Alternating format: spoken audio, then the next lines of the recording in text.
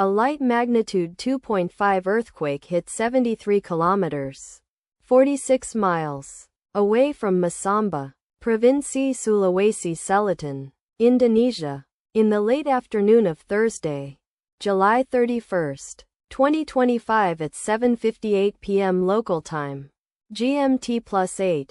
The quake had a very shallow depth of 11 kilometers, 7 miles, and was reported felt by some people near the epicenter. First to report, volcano discovery after 2 minutes.